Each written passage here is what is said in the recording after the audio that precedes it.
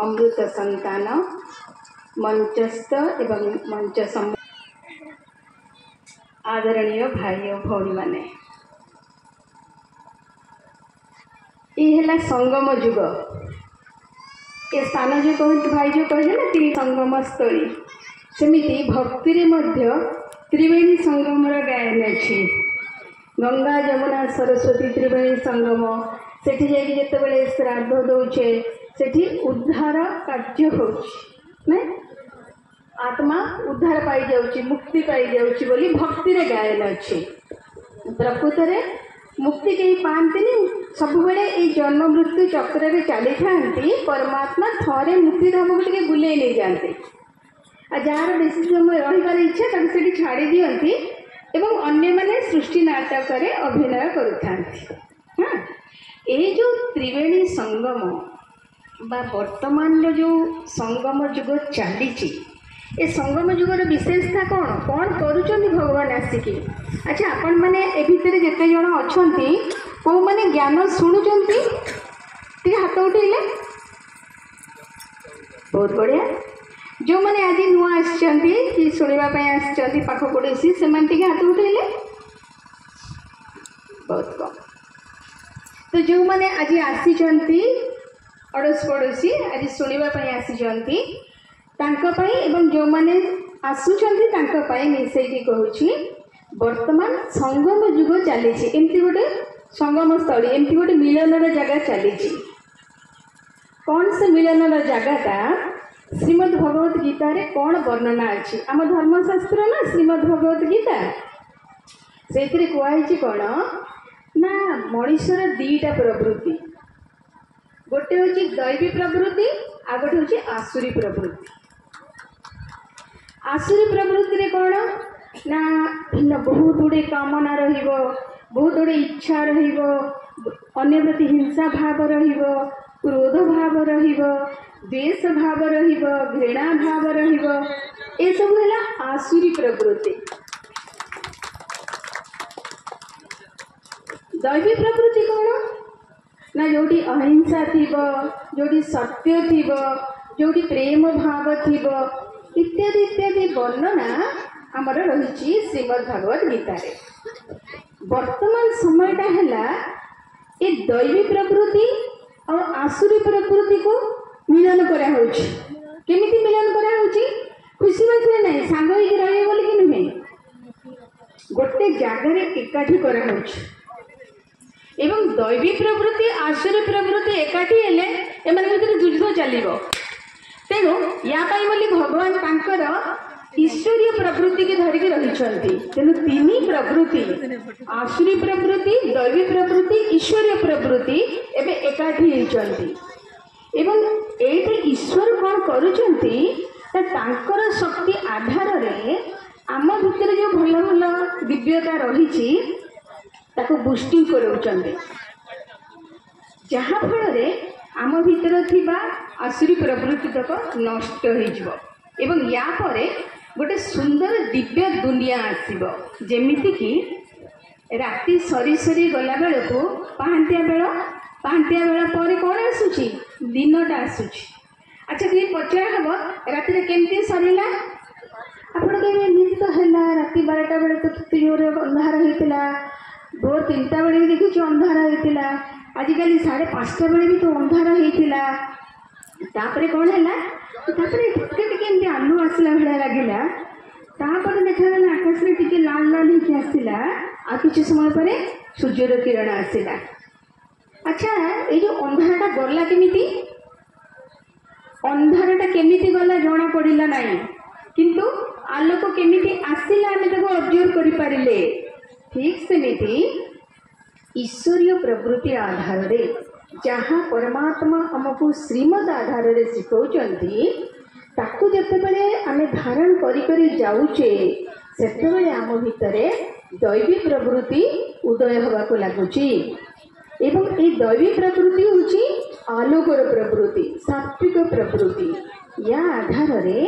आम भितरे जो आसुरी प्रवृत्ति तामसिक प्रवृत्ति रही सेटा नष्ट हो जिवो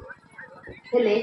या पाई बोली आमको कौन करिया पड़ो स्वतः एमती हो कि हाँ सृष्टि नाटक जमी फिक्स ता भितर स्वतः प्रवृत्त भाव अंधार जीव आलोक आसब दुनिया परिवर्तन हब किंतु प्रकृतिर परिवर्तन यथेष्ट नहीं ये धरती मातारे जो परिवर्तन से यथेष्ट नहीं आम भीतर प्रकृतिर परिवर्तन हेले ही आमे अधिकारी हो पारिबा नचेत परमात्मा लास्ट गोटे छु मंत्र करदेवे से समय जे जोटा पाई जी से ठिया से प्राप्ति कर किंतु ता पूर्वर आमको चांस अच्छी आमे गोटे उत्तम पदर अधिकारी हबार 33 कोटी पदवी रही 33 कोटी पदवी लास्ट कोटी 2 कोटी पदवी हूँ साधारण पदवी छु मंत्र आसवा वाला पदवी बाकी 30-31 कोटी पदवी रही जो टिके पुरुषार्थ दरकार कौन से पुरुषार्थ बेसी किसी कष्ट ना मो भितर भल गुण कौन अच्छी मुझे जानी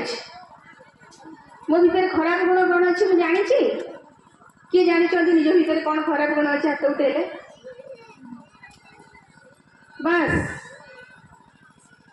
हाँ एतिकी माने जो मैंने हाथ उठे नहांती मु भाविने कि तांका भितर किसी खराब गुण नाही बोली मुझे भावी मुझे ठीक भावुची कि हाथ उठेले जो मैंने हाथ उठे नथिले तांका भितर किसी खराब गुण नाही ना आमे जेतेबेले कली जुगरे आसिकी पहुँचुचे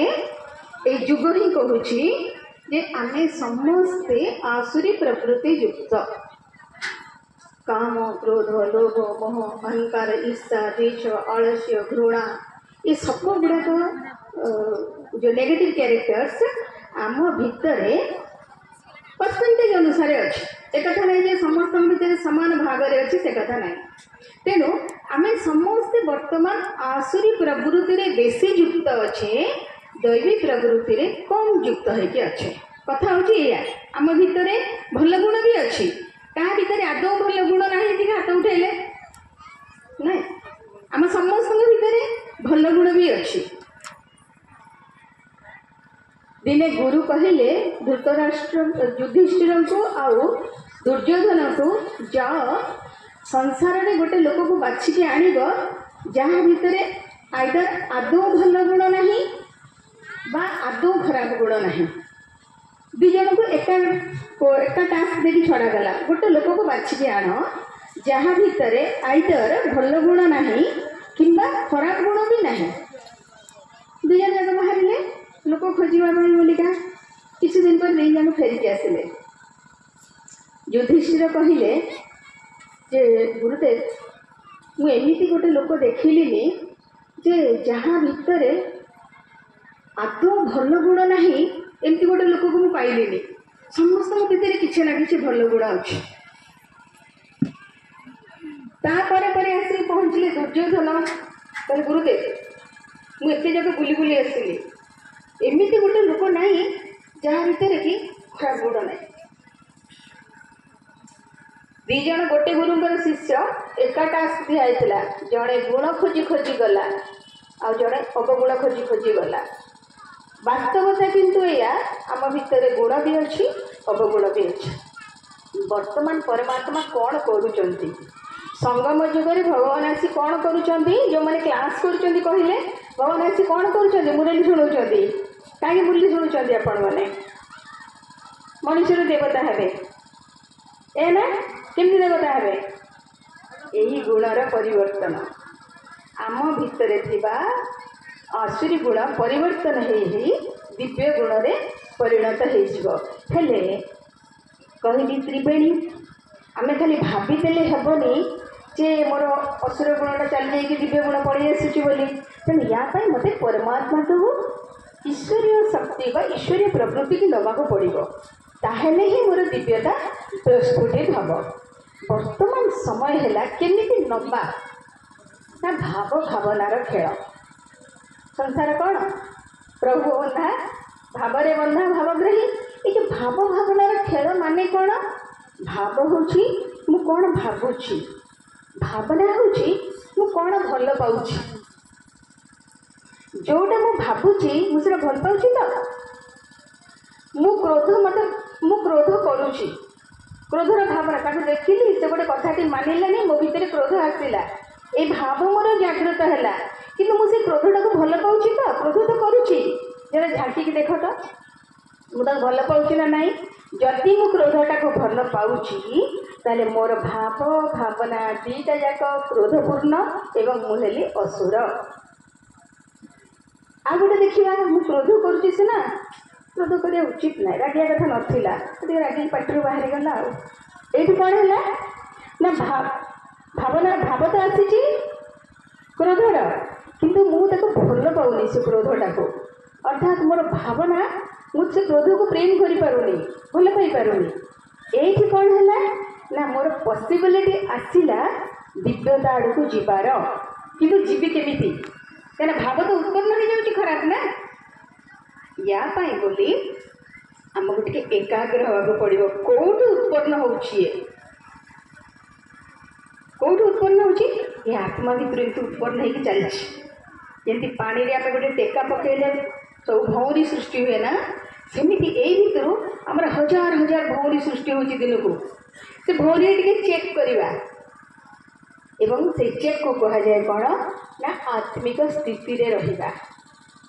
चेक कला परमात्मा को टिके शक्ति नवा